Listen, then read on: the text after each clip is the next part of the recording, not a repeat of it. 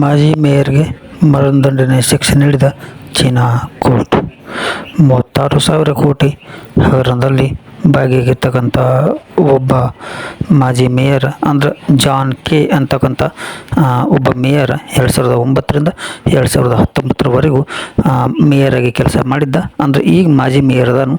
ಆತ ಏನು ಮಾಡಿದ್ದ ಅಂತಂದ್ರೆ 13.5 ಟನ್ನಷ್ಟು ಬರೀ ಚಿನ್ನವನ್ನು ಸಂಗ್ರಹಿಸಿಟ್ಕೊಂಡಾನು.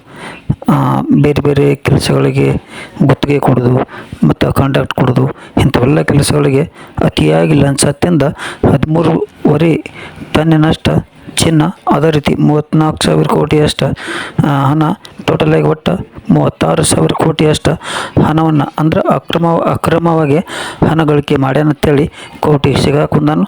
ಅಂದ್ರೆ ಅಲ್ಲಿರ್ತಕ್ಕಂಥ ಸರ್ಕಾರ ಆತನ ಮೇಲೆ ಕಾನೂನು ಕ್ರಮವನ್ನು ಕೈಗೊಂಡೈತಿ.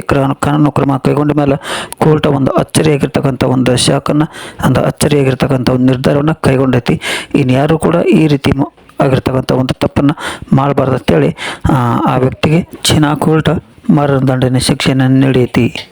ಇವನಿಗೆ ಅಧಿಕಾರ ಮಾಡುವಂತೇಳಿ ಹೇಳಿದ್ರೆ ಇವ ಅಲ್ಲಿ ಅಧಿಕಾರದೊಳಗಿದ್ದ ಅವಧಿ ಒಳಗೆ ಅಲ್ಲಿರ್ತಕ್ಕಂಥ ಸಂಪೂರ್ಣವಾಗಿರ್ತಕ್ಕಂಥ ಹಣವನ್ನು ದೋಸ್ತಕ್ಕಂಥ ಕೆಲಸ ಮಾಡ್ಯಾನಂತೇಳಿ ಚೀನಾ ಸರ್ಕಾರ ಈ ಒಂದು ಕ್ರಮವನ್ನು ಕೈಗೊಂಡೈತಿ.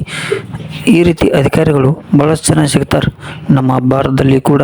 ಆದ್ರೆ ಅವರೆಲ್ಲರೂ ಕೂಡ ಸಿಕ್ಕಾಕೊಳ್ಳೋದು ಕಡಿಮೆ ಐತಿ ಹೇಳ್ಬೋದು. ಚೀನಾ ಸರ್ಕಾರ ಅಂತಂದ್ರೆ ಅಲ್ಲಿ ಪ್ರಜಾಪ್ರಭುತ್ವ ಸರ್ಕಾರ ಇಲ್ಲ.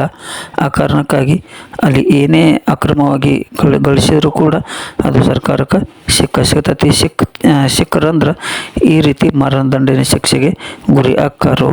ನೋಡ್ರಿ, ನಮ್ಮಲ್ಲಿ ಕೂಡ ಭಾರತದೊಳಗೆ ಇಂಥ ಭಾಳಷ್ಟು ಒಂದು ಗಣ್ಯಾತಿ ಗಣ್ಯರು ಅಕ್ರಮವಾಗಿ ಹಣವನ್ನು ಸಂಪಾದನೆ ಮಾಡಿ ಇಟ್ಕೊಂಡವರು ಸಾಕಷ್ಟು ಜನ ಅದಾರು.